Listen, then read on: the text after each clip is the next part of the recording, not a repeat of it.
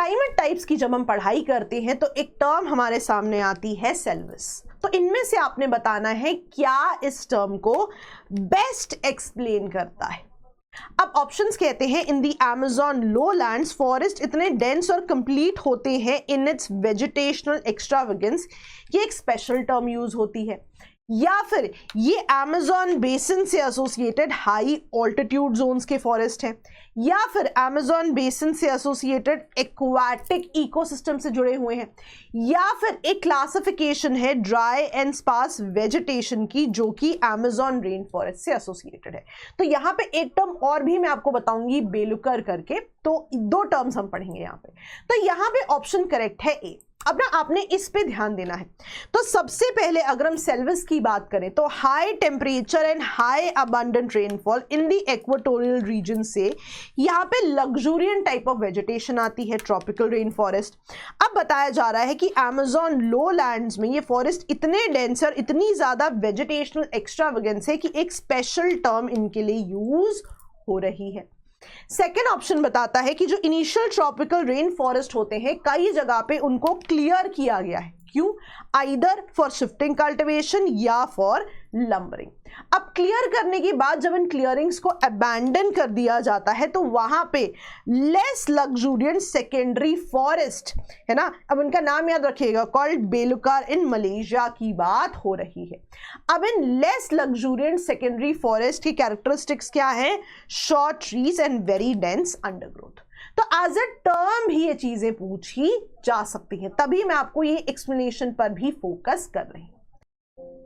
इस क्वेश्चन में हम लैटिट्यूड्स और लॉन्गिट्यूड्स की बात कर रहे हैं। मैं यहाँ पे आपको एनसीईआरटी का स्क्रीनशॉट भी दिखाऊंगी, आप उसका चाहे तो एक स्क्रीनशॉट इस स्लाइड का भी ले लीजिएगा, रेफरेंस रहेगा जहां पे लैटिट्यूड्स और लॉन्गिट्यूड्स के पॉइंट्स कंपाइल किए गए। तो यहाँ पे आपने इनकरेक्ट स्टेटमेंट को आइडेंटिफाई करना है। ऑप्शन कहता है the distance between two latitudes approximately value दी गई है, all meridians of longitude converge at poles, the distance between two longitudes minimum at the equator है, मैक्सिमम एट द पोल्स है, on a globe parallels of latitude appears as circles. तो यहां पे incorrect option कौन सा है? सी। अब मैं स्टेप बाय स्टेप बताती हूं। सबसे पहला पॉइंट, आप चाहे तो इस पेज का स्क्रीनशॉट ले लें, the distance between two latitudes approximately value दी गई है, करेक्ट। डी ऑप्शन देखिए, on a globe parallels of latitude appears as circles. अब इमेजिन कीजिए, ये तो एक ही तरफ नजर आ रहा है ना मुझे, पर दूसरी तरफ भी तो ऐसी ही चीज है, ग्लोब पे देखेंगे तो हमें एज अ सर्कल नजर आएगी। तो वही वो बोल रहे हैं, on a globe parallels of latitude appears as circles, correct. B option देखिए, all meridians of longitude converge at poles. देखिए जब भी हम लॉन्गिट्यूड्स की बात कर रहे हैं ना, ये पोल्स टू पोल्स ये लाइन जो है ज्वाइन हो रही है, तभी आप देखिए यहां पे कन्वर्ज हो रही है, क्योंकि पोल्स टू पोल जो है हर लाइन का यहां पर रेफरेंस है। अच्छा, अब इनके बीच के डिस्टेंस की बात करें तो distance between two longitudes is maximum at equator and minimum at poles. अब इनके बीच में डिस्टेंस जो है ना, पोल्स पे तो कन्वर्ज हो रही है, वहां पे तो मिनिमम डिस्टेंस होगा और मैक्सिमम कहां होगा? इक्वेटर के पास, राइट। तो हमेशा याद रखना, पोल्स पे तो कन्वर्ज हो रही है ना, वहां पे तो मैक्सिमम डिस्टेंस हो ही नहीं सकता, राइट। तो ये भी एक इंपॉर्टेंट पॉइंट हो जाएगा, तभी यहां पे ये ऑप्शन हमारा गलत हो जाता है, राइट। चलिए नेक्स्ट क्वेश्चन पे अगर हम आए, which of the following best explains the dependency ratio. मैंने आपको डायरेक्टली यहां कॉन्सेप्ट समझाना चाहती हूं, वैसे अगर मैं आपको बेस्ट एक्सप्लेन्स वाला सेंटेंस भी बताऊं, कुछ सेकंड के लिए आप पॉज कीजिए, देखिए यहां क्या लिखा जा रहा है। मैं कॉन्सेप्ट पे यहां फोकस करूंगी, यहां पे सी ऑप्शन करेक्ट है। मैंने आपको कॉन्सेप्ट बताती हूं, पहले आपको ज्यादा समझ में आएगा। अब डिपेंडेंसी रेशियो क्या है?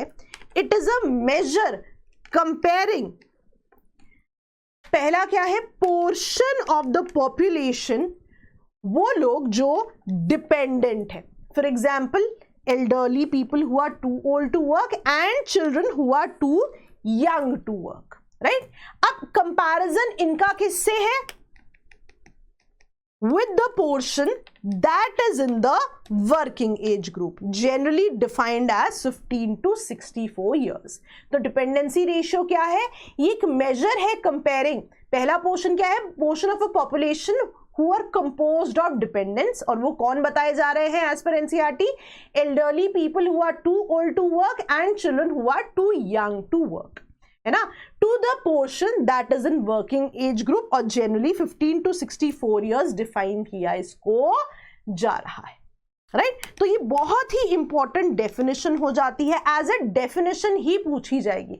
तो बेस्ट एक्सप्लेन्स में भी वही बताया हुआ है। This is very important. Again ये एक एनसीईआरटी का ही स्क्रीनशॉट है, तो आप इसका जो है इस स्लाइड का स्क्रीनशॉट जरूर ले सकते हैं, राइट? चलिए क्विक आपको जो है टर्म्स आती है पेपर में, आपने गलत नहीं करनी। अच्छा, इस संडे को ज्योग्राफी के हम यूपीएससी के पीवाईक्यू डिस्कस करेंगे सुबह 10 बजे लाइव संडे को हमारे यूट्यूब चैनल पे।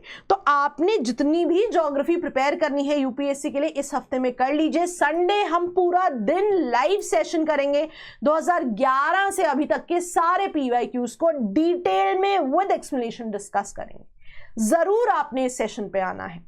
चलिए नेक्स्ट, अब ना आप देखेंगे एक स्पेसिफिक लेक की बात हो रही है, अन्ना सागर लेक। अब ना एक तो ये सीएपीएफ में पूछा भी गया है और ये रिसेंटली न्यूज में भी है, मैं आपको दिखाती भी हूं। यहां पे कौन सी स्टेट से एसोसिएटेड है, याद रखिएगा राजस्थान। अभी न्यूज में, क्यों अभी मार्च में ही न्यूज में रहा है कि Supreme Court directed the state government to remove the replica structures from the 7 Wonders Park in the wetland area of this lake within 6 months।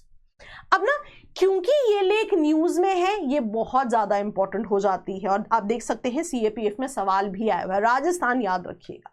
अच्छा, यहां पे ना एक और चीज जो इंपॉर्टेंट है, अब आप देख सकते हैं मैंने ऑनलाइन ही स्क्रीनशॉट लिया है यहां से। अब यहां पे अगर आप देखेंगे, this is an artificial lake. अब आर्टिफिशियल लेक भी यूपीएससी रिपीटेड थीम है, पहले भी क्वेश्चन आ चुका है, which of the following is an artificial lake, इसलिए भी ये लेक इंपॉर्टेंट हो जाती है। यूपीएससी रिपीटेड थीम की बात हो रही है यहां पे, राइट? लास्ट क्वेश्चन की बात करें, ये ना मैंने एनसीईआरटी से ही लिया है, जो कंटेंट है ये छोटी क्लास की एनसीईआरटी, 11वीं वाली एनसीईआरटी नहीं। Now, which of the following is or are true from Brahmaputra river?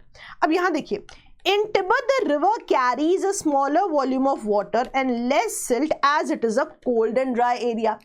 But in India it passes through a region of high rainfall and carries a large volume of water and considerable amount of silt.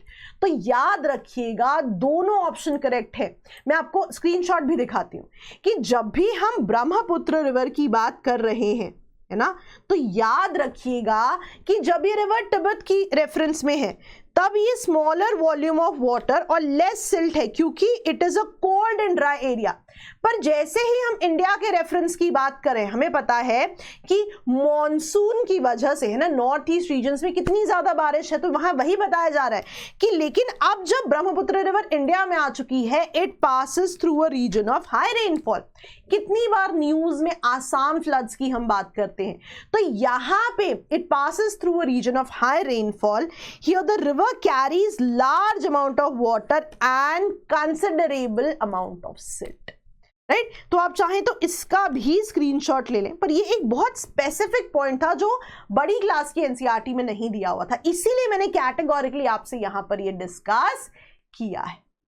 ठीक है जी, चलिए, जैसा कि मैंने आपको बताया Sunday को session में जरूर आइएगा, सुबह 10 बजे लाइव पढ़ाई करेंगे।